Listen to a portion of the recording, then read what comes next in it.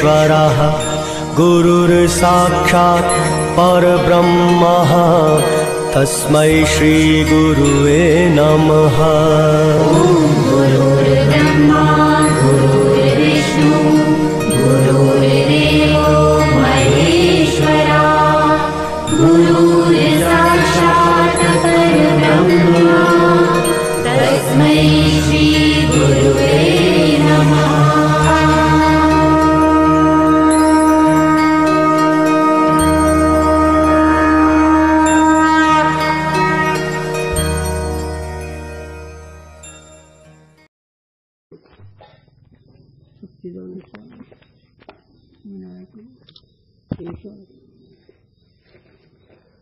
स्वाकर्म सुख ज्ञान प्रताप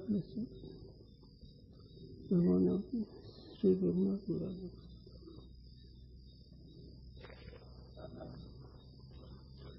सिद्धांत ये है सारे पदार्थ चेतन का भी होता है, अविद्या का परिणाम है।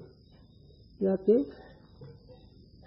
सुक्ति रजत की ज्ञानी जिस काल में जो पदार्थ प्रतीत हो गए, जिस काल में अधिष्ठान चेतन आश्रित अविद्या का द्विविध परिणाम हो गया। अविद्या के तमोगुण अंश का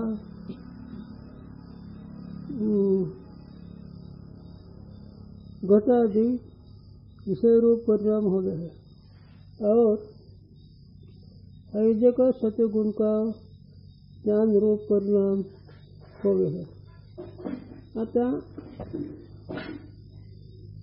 सिद्धांत असा आहे, अगोदर सिद्धांताचं वाक्य सांगितलं,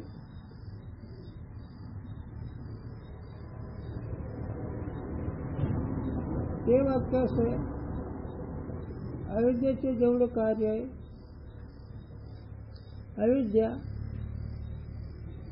ही चेतन वेगळे होते आणि चेतन अधिष्ठान आणि त्याचे थोडा विषय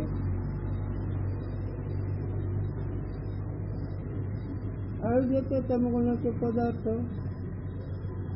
25 अविद्येच्या सत्वगुणाचे ज्ञान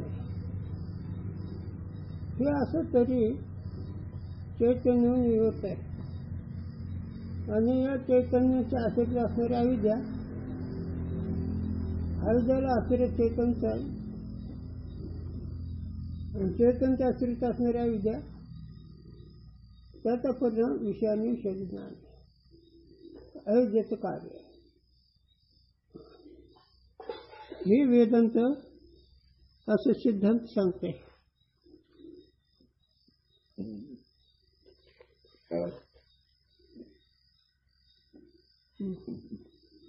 यद्यपि चेतन को ज्ञान करे है, अहो हिट जरी असले तर चैतन्याला ज्ञान म्हणतात ना, मग ते एक ज्ञान हे ज्ञान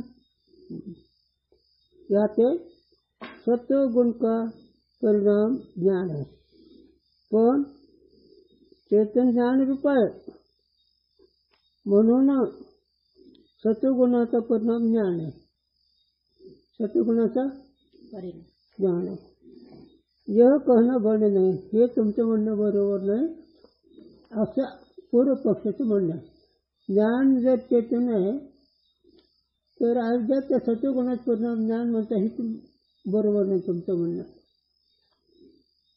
तथापि असं जरी असलं तरी सारे व्यावहारिक ज्ञान नहीं, सारे व्यावहारिक चेतन ज्ञान नहीं। अरे तथापि सारे व्यापक चेतन ज्ञान नहीं। अरे तुला कसं कळणार? व्यापक चेतनचे ज्ञान वेगळं आहे। व्यापक चेतन जे आहे ते ज्ञानच आहे, पण ते व्यापक आहे। किंतु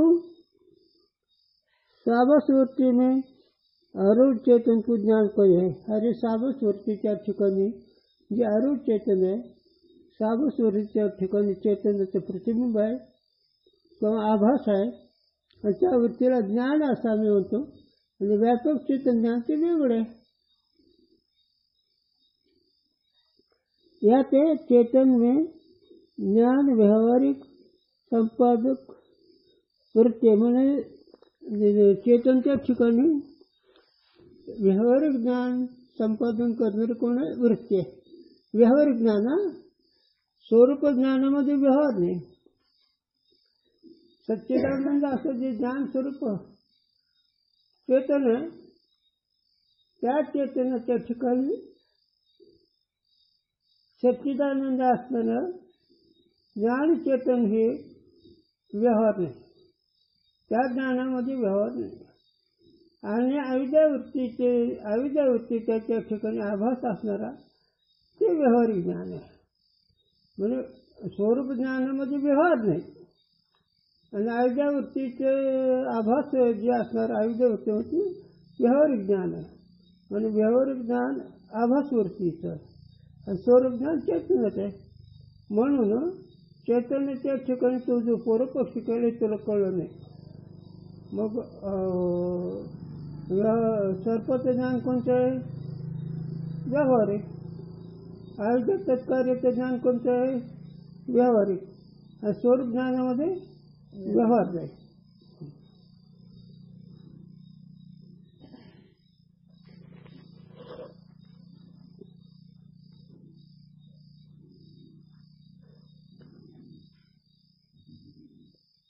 इकडे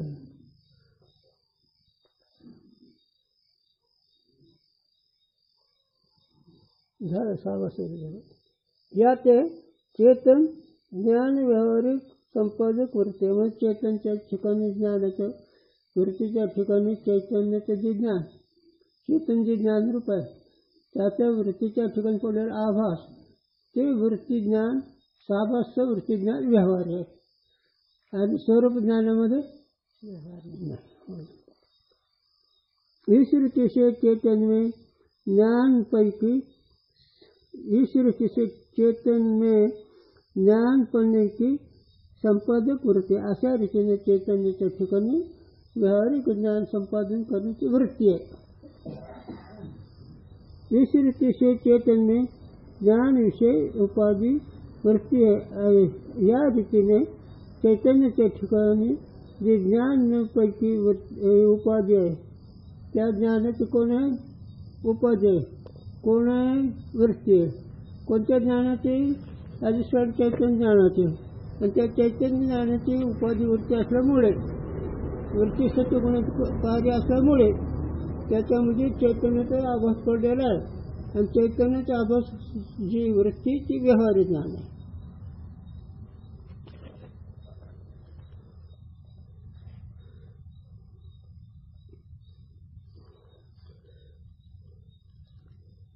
इस रीति से चैतन्य ज्ञानपणे की उपाधी वृत्ती आहे. अशा रीतीने चैतन्याच्या ठिकाणी ज्ञानपणाची वृत्ती उपाधी आहे. ताके विषय ते ज्ञान शब्द का प्रयोग आहे. म्हणून ताके म्हणजे त्या साभास वृत्तीच्या ठिकाणी ज्ञान शब्दाचा प्रयोग आहे. म्हणजे साभास वृत्तीला ज्ञान असं म्हणले जाते. जैसे लोक में कहे, ज्याप्रमाणे लोकांना सांगितले घट का ज्ञान उत्पन्न हुआ, पट का ज्ञान नष्ट हुआ. तहाँ वृत्ति में आरूढ़ चैतन्य का और उत्पत्ति विनाश संभव नहीं. पण घटाचं ज्ञान नष्ट झालं, पटाचं ज्ञान झालं, पटाचं ज्ञान नष्ट झालं, घटाचं ज्ञान. तिथं साभासवरीच्या ठिकाणी ज्ञान घटाच्या ज्ञानामध्ये पटाचं ज्ञान नाही, पटाच्या ज्ञानामध्ये मग हे कोणतं ज्ञान? वृत्ती ज्ञान. म्हणून घटाच्या ज्ञानात पटाचं ज्ञान मावळतं. म्हणून ते उत्पन्न होणं आणि मावळणं साभास वृत्तीला ज्ञान म्हणा. आणि साभास वृत्ती उत्पन्न होते आणि मावळते.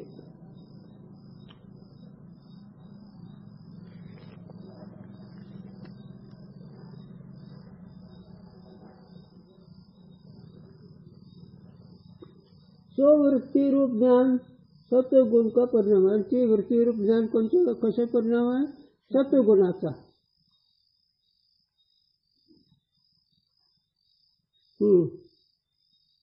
हे कळणं संभव आहे, म्हणून सावध वृत्तीला ज्ञान हे म्हणणं संभवत आहे। स्वरूप ज्ञान तर याचा काही संबंध नाही। जे विषयाचं ज्ञान आहे, सर्पाचं ज्ञान अविद्या वृत्तीचं आहे, रजेचं ज्ञान अविद्या वृत्तीचं आहे। म्हणून सात्विक वृत्तीला साभस अंतःकरणासह असणारे त्याला ज्ञान हे म्हणणे संभवतं। ज्ञान असं प्रयोग केलं जसं साभस वृत्तीला।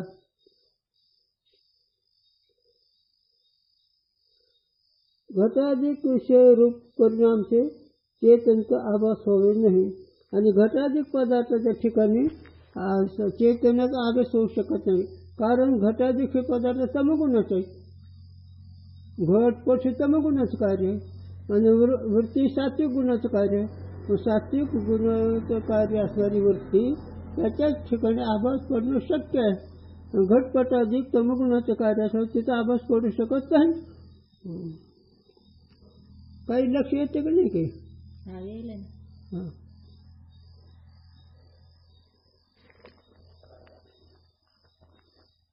तथापि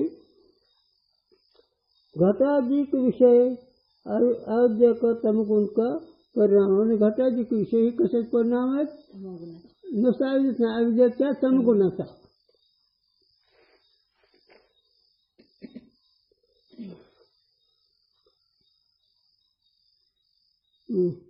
याचे मलिन आहे, म्हणून घटाधिक पदार्थ अविद्याचा तमगुणाचा कार्य असल्यामुळे तिथं मलिन असल्यामुळे तिचा आभास पडू शकत नाही। तेलमे आभास होणे नाही, घटाधिक ठिकाणी आभास होत नाही। वृत्ती सत्वगुण का परिणाम स्वच्छ आहे, यातेच आभास होवे। वृत्ती सत्वगुणाचा परिणाम असल्यामुळे तिचा आभास होऊ शकतो।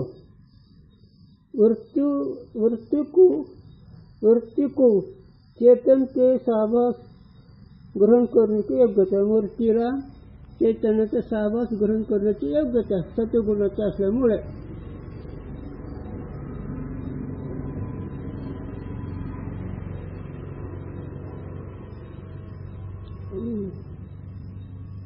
होने से वृत्ति अवच्छिन्न चेतन को ज्ञान कहे है, सो साक्षी है। वृत्ती अवच्छिन्न चैतन्याला ज्ञान म्हणतात, पण ती साक्षी आहे। आणि वृत्ती साभास अंतःकरणाला ते ज्ञान व्यावहारिक ज्ञान आहे। ही अविद्या सत्वगुणाची वृत्ती, त्याच्यामध्ये चैतन्य पडलेलं आभास, त्याला ज्ञान असा व्यवहार शब्द केला जातो। आणि वृत्ती अवच्छिन्न चेतन ते ज्ञान आहे, पण त्या ज्ञानाला साक्षी असे नाव येते। काय नाव येतं? साक्षी।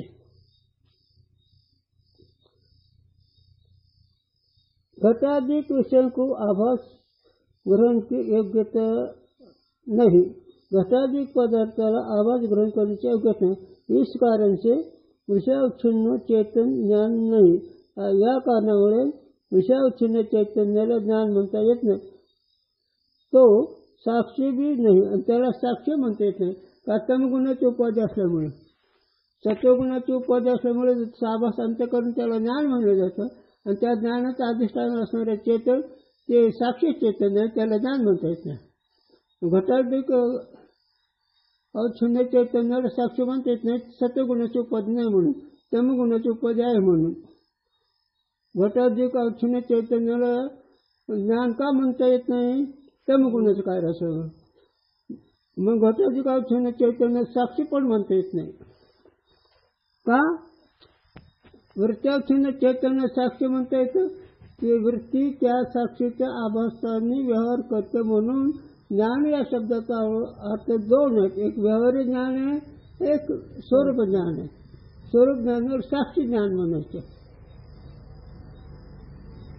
इस रीति से जागृत के पदार्थ और तिनका ज्ञान दोनों साथ ही उत्पन्न हुए हैं। अशा रीतीनं जागृती के पदार्थ, जागृतीचं ज्ञान दोन्ही एकदम उत्पन्न होते, केवढा सिद्धांत आहे। जागृतीच्या पदार्थाला देश काळ ती मानतात. तिथं म्हणतात जागृती ते ज्ञान आणि विषय एकदम उत्पन्न होतात. म्हणजे जी स्वप्न आहे,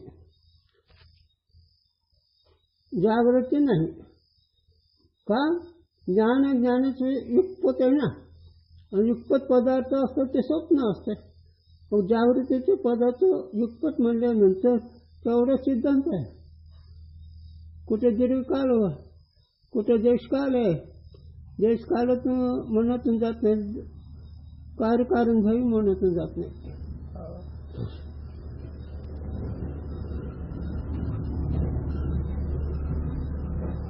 कळण्याकरता वडगाव ही देश आहे आणि तुझं आयुष्य ही काल आहे. आणि ते युगपत म्हणते. कसं करायचं? मी खरं का ते खरं? तर आयुष्यामुळे ही देशकालाची भ्रांतीच आहे. देशकाल नाहीच. जसं स्वप्नामध्ये आयुष्यामुळे देशकाल पदार्थ एकदम प्रत्ययाला येते, तसं स्वरूपाच्या अज्ञानामुळे देशकाल आदी पदार्थ एकदम प्रत्ययाला येते. म्हणून जागृतीला सामग्री नाही. म्हणून जागृतीला स्वप्न सामग्री नसल्यावर ती स्वप्न होते. ऐकून तर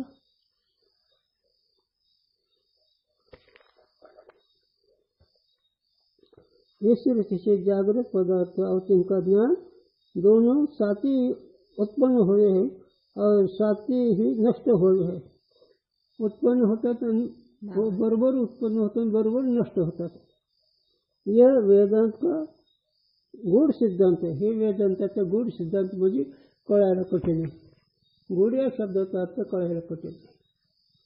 वेदांत कळायला कठीण आहे.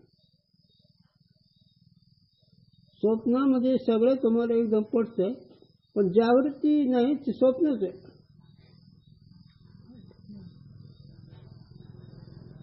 पण हे गूढ सिद्धांत आहे आणि हे अधिकाऱ्याला कळतं.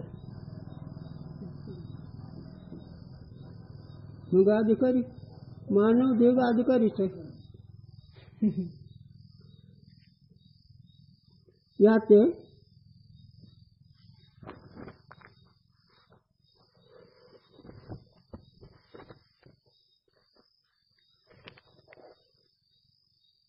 जागृत पदार्थ दूसरी जागृत में है रहे हैं यह कहना संभव नाही. म्हणून जागृतीतले पदार्थ दुसऱ्या जागृतीमध्ये राहतात हे म्हणणं बरोबर नाही. जागृत के पदार्थ का परस्पर कार्यकारण भाव नाही. लय सिद्धांत गोड आहे ना. जागृतीच्या पदार्थामध्ये कार्यकारण भाव नाही. ते कसं? अगोदर कार्यकारण सांगतो, मग ते नाही कसं सांगतो. जन्य जनक भाव है का नाही? कार्यकारण जनक कारण आहे, जन्य कार्य आहे ना. बी कारण आहे, वृक्ष कार्य आहे. ते तुम्हाला कळण्याकरता सांगितलं. पण जागृतीमध्ये पदार्थ कार्यकारण भाव नाही म्हणते स्वप्न. ते कशा रीती नाही ते आता ऐक. विषय कळायला लागला ना का? काहीतरी सांगतो बिनचूक कळायला लागलं का? कारण गुरूंची आठवण. गुरुजी म्हणायचे परमार्थाचे नुकसान भरून देत नाही, प्रपंचाचे नुकसान भरून निघत. एखाद्या वेळेस उगालोक दृष्ट्या म्हणायचं असं प्रपंचाचे नुकसान लाभ नाही, वस्तू नाही, तर तिथं लाभ तर काय? पण अनाधिकाऱ्याला गुरुने सांगावं. एखाद्याचा वाडा जळाला, त्याच्या पाहुण्याने इतर लोकांनी मदत केली, नुकसान भरून निघालं. पण चुकीची समजत असल्यावर ते कसे घेते? चुकीची समजत आहे का बिनचूक समजत आहे? भौतिक गीता कुठं बदलेल? नुसतं श्वासाकडे लक्ष ठेवलं ब्रह्म आहे ते, वरती स्थिर करणे साधन का ब्रह्म आहे ते?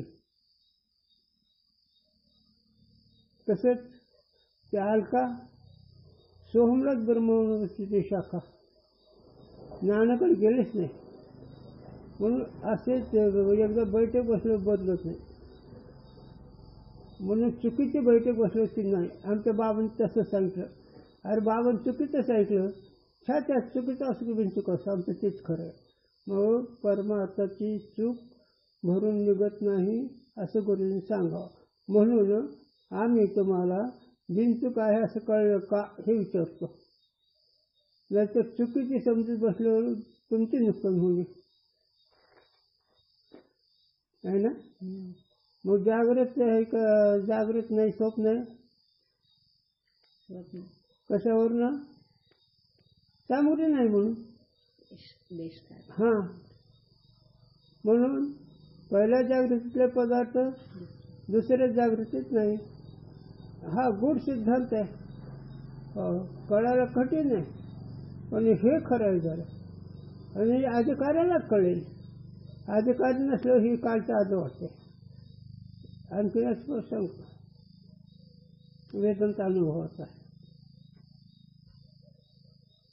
तुम्ही ज्यावेळेस 30 वर्षाची 25 वर्षाची गॅरंटी सांगतात त्यावेळेस भूतकाळ स्मरण आहे का नाही पदार्थाचं अस्तित्वाचं. स्वप्नामधल्या पदार्थाचा देशकाळ नाही म्हणून वर्तमान काळ त्याला वर्तमान काळ सुद्धा ब्रह्मांड वाचवते नाही. वर्तमान काळात पदार्थ नाहीत वेदांताच्या दृष्टीने. सगळं चेतन आहे पण ते आयुष्यात सुदूर दिसते का. हो आयुष्य सांगितलं की त्यात कार्यभाव आला देश आला म्हणून गूढ सिद्धांत आहे. जागृतीमध्ये दुसऱ्या जागृतीचे पदार्थ नाही हे कळणं गूढ सिद्धांत आहे. जर जागृती स्वप्न ठरली तरच हे कळेल. आणि जागृती स्वप्न जर नाही कळलं तर मग दीर्घकाळाचा भरम येतो. आणि जागृती स्वप्नच आहे का तिला सामग्री नाही. जागृतीला सामग्री आहे म्हणून ती स्वप्न होते. आता लक्षात आलं का. हां बळच का खरं.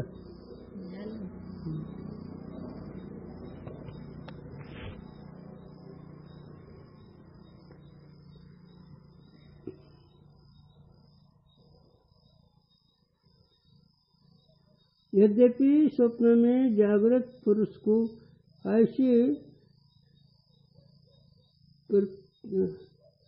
प्रतिभिज्ञा होय है. जागृतीमध्ये स्वप्नातून जागा झाल्यानंतर त्याला प्रतिभिज्ञा ज्ञान होतं. प्रतिभिज्ञा म्हणजे त्याच पदार्थाचं पुन्हा ज्ञान होणं. पहिल्या पदार्थाचं ज्ञान स्वप्न झाल्यानंतर जागृतीत तेच पदार्थ आहेत असं जे ज्ञान त्या ज्ञानाला काय म्हणायचं प्रतिभिज्ञा. म्हणजे कालचाच पदार्थ आज पाहिला तर त्याला प्रतिभिज्ञा म्हणाले. सो पूर्व पदार्थ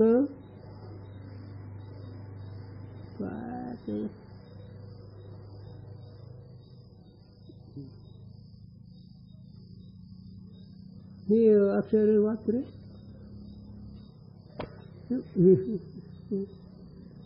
हे तुटक ऐसे. जो पूर्व पदार्थ थे वे ही ये है. काय जो पूर्व पदार्थ थे वे ही ये पदार्थ है. हां म्हणजे पहिले आहेत तेच वे ही ये पदार्थ आहे है ना.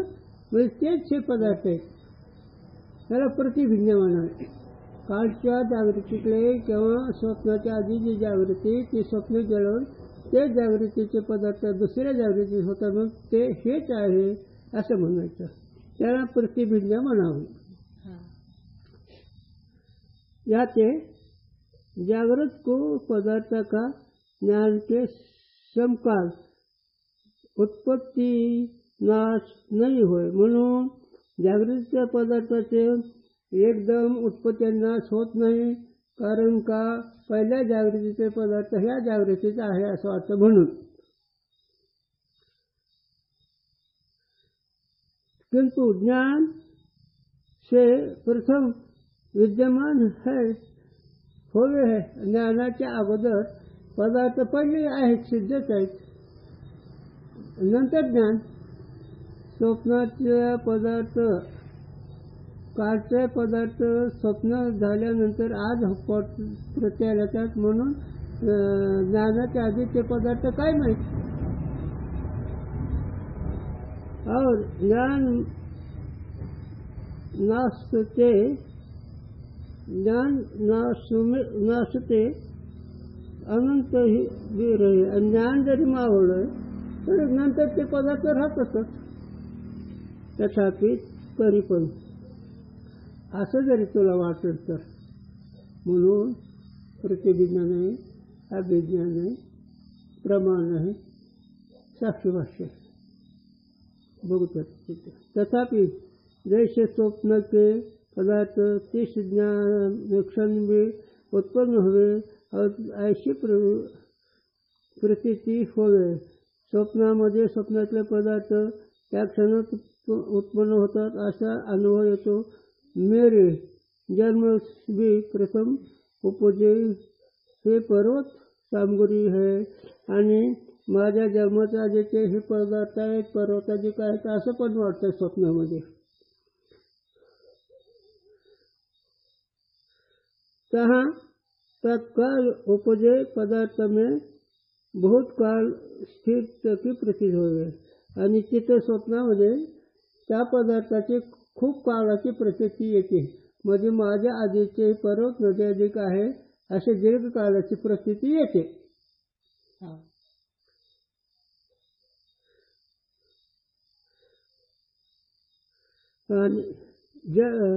मेरे जन्म से भी प्रथम उपजे ये पर्वत समुद्र दिखाए.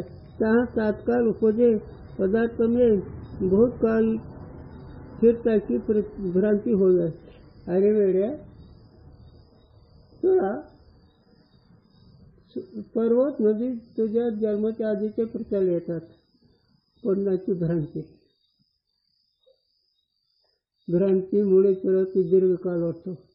तुझ्या जन्माच्या आधीचे पदार्थ प्रचार येतात, ही भ्रांती. तसं जागृती भ्रांती, तशी जागृती हो. ऐकून सुद्धा याते ज्या विद्या में मिथ्या पर्वत समुद्राधिक उपजावे है, म्हणून ज्या अविद्या ने मिथ्या पदार्थ समुद्राधिक उत्पन्न केलेले आहेत. म्हणून मिथ्या पदार्थ उत्पन्न करणारी अविद्या आहे. आणि अविद्या ही दीर्घकाळाने भ्रम पण दाखवणार अविद्याच आहे. पण देशकाळ नाही, प्रतीती मात्र पदार्थ आहेत, म्हणून ते मिथ्या आहेत. किसी अविद्या में भूतकाल स्थिरता और स्थिरता की प्रतीती अनिवृत्तीने उपजे. म्हणून त्याच अविद्यामध्ये भूतकाळाची परिस्थिती उत्पन्न होती अनिवृत्तीने. तैसे जागृत पदार्थ विषय भी अधिक दिन स्थिरता है नाही. म्हणून तसंच जागृत पदार्थांमध्ये स्थिरता नाही, पण ते अविद्यामुळे वाटते.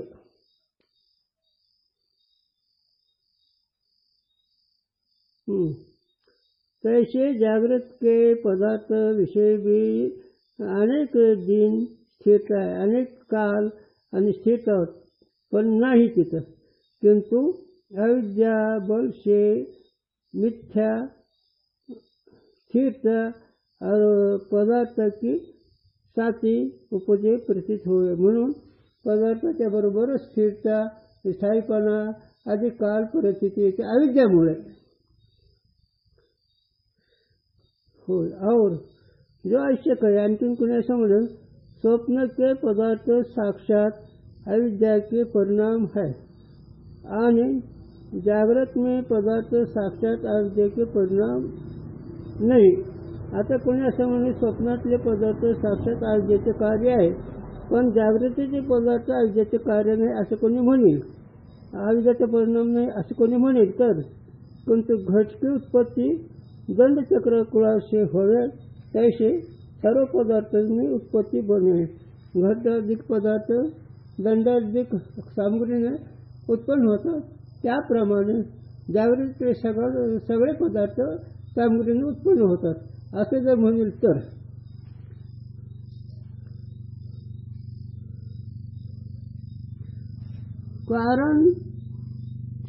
कारण ते होय म्हणून ते सगळे जागृतीतले पदार्थ कारणापासून उत्पन्न होतात. जसं घट, माती, कुंभार, कुलार त्याप्रमाणे. साक्षात अविद्येचे नाही. साक्षात अविद्यापासून जागृतीचे पदार्थ नाही.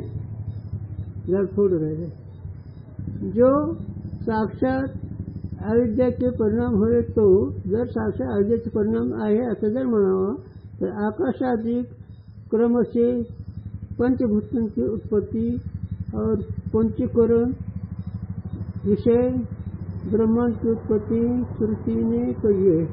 जर म्हणावा तर श्रुतीमध्ये पंचमहाभूताची पंचकरणाची क्रमाने उत्पत्ती सांगितली. असंगत होय ग. मग ते पंचकरणामध्ये शास्त्रामध्ये जी क्रमाने उत्पत्ती सांगते असंग होईल, ती खोटच ठरेल. याचे ईश्वर सृष्टी जागृत के पदार्थ अपने अपने उपादान से परिणाम आहे. म्हणून ईश्वराधिक सृष्टीतले पदार्थ घटपटाधिक आपापल्या सामग्रीपासून उत्पन्न झालेले आहेत. अविद्याचे साक्षात परिणाम है. अविद्याचे काही साक्षात परिणाम स्वप्न नहीं. स्वप्न और सारे पदार्थ अविद्या के परिणाम है. तिनका एक अविद्या उपादान होने से तीन पदार्थ की और तिनके ज्ञान की एक अविद्या से एक काल में उत्पत्ति संभव है. पण बाबा रे तसं नाही. स्वप्न पदार्थ अविद्यापासून एकाच काळात उत्पन्न होतात असे आहे. जागृत के पदार्थ भिन्न भिन्न कारण की उत्पन्न होय. पण आम्हाला असा अनुभव येतो जागृतीतले पदार्थ आपापल्या कारणापासून उत्पन्न होतात असा आम्हाला अनुभव येतो. कसं ते मातीपासून घट होतो, डोळ्यापासून पट होतो. मग आपापल्या कारणापासून जागृतीतले पदार्थ उत्पन्न होतात का नाही. आणि स्वप्नातले पदार्थ एकदम उत्पन्न होतात. त्यात कार्यकारण भाव नाही. पण हे कार्यकारण भाव वाटतो ना. कार्याचे पहिले कारण होय म्हणून कार्याच्या अगोदर कारण आहे जागृतीमध्ये. और कारण में कार्य का लय होय आणि कार्याच्या कारणामध्ये लय होतो. याते घटन की उत्पत्ति से प्रथम और घट के नास्ते आगे मृतिका का पिंड रहे. म्हणजे घटाच्या आधी माती रूप राहतो, घट मावळ तर माती रूप राहतो म्हणून ते खरं आहे. इस रीति से कोई पदार्थ अल्पकाल स्थिर और कोई अधिककाल स्थिर कार्य कारण है. तैसे स्वप्न नाही. म्हणून जागृतीचे पदार्थ काही अल्पकाळात स्थिर आहे, काही दीर्घकाळात स्थिर. स्वप्नामध्ये तसं नाही. स्वप्नासारखी जागृती नाही असं त्यांनी म्हणलं. बिल्डिंग कुठवर आहे.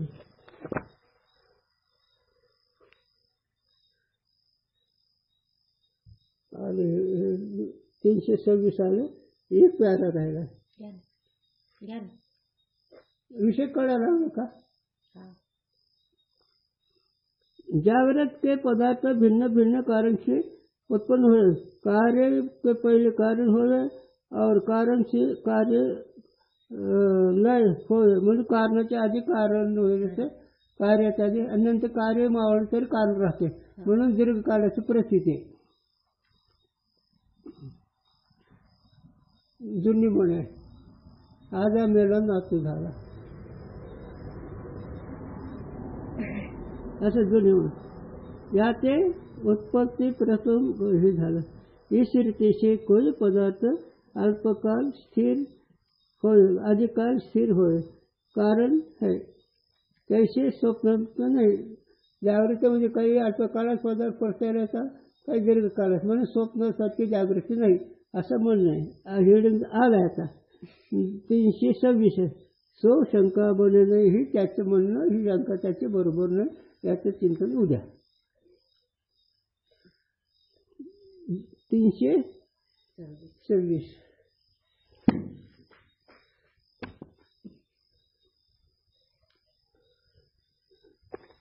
काय विषाद आहे.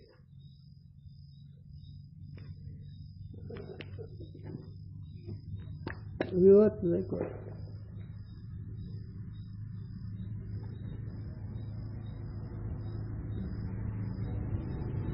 दोन्ही बाजून सांगा गुरुजी.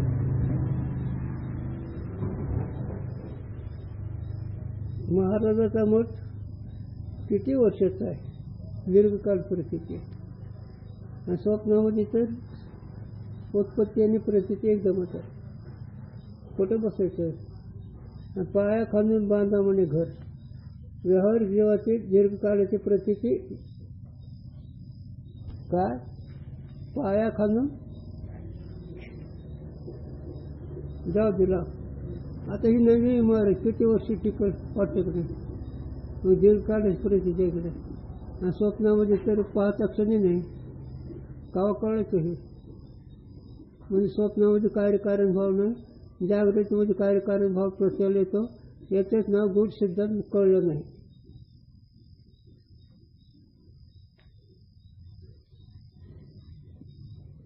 आणि प्रतिविज्ञा नाही, अभिज्ञा नाही, प्रमाण आहे, साक्षी भाष्य आहे.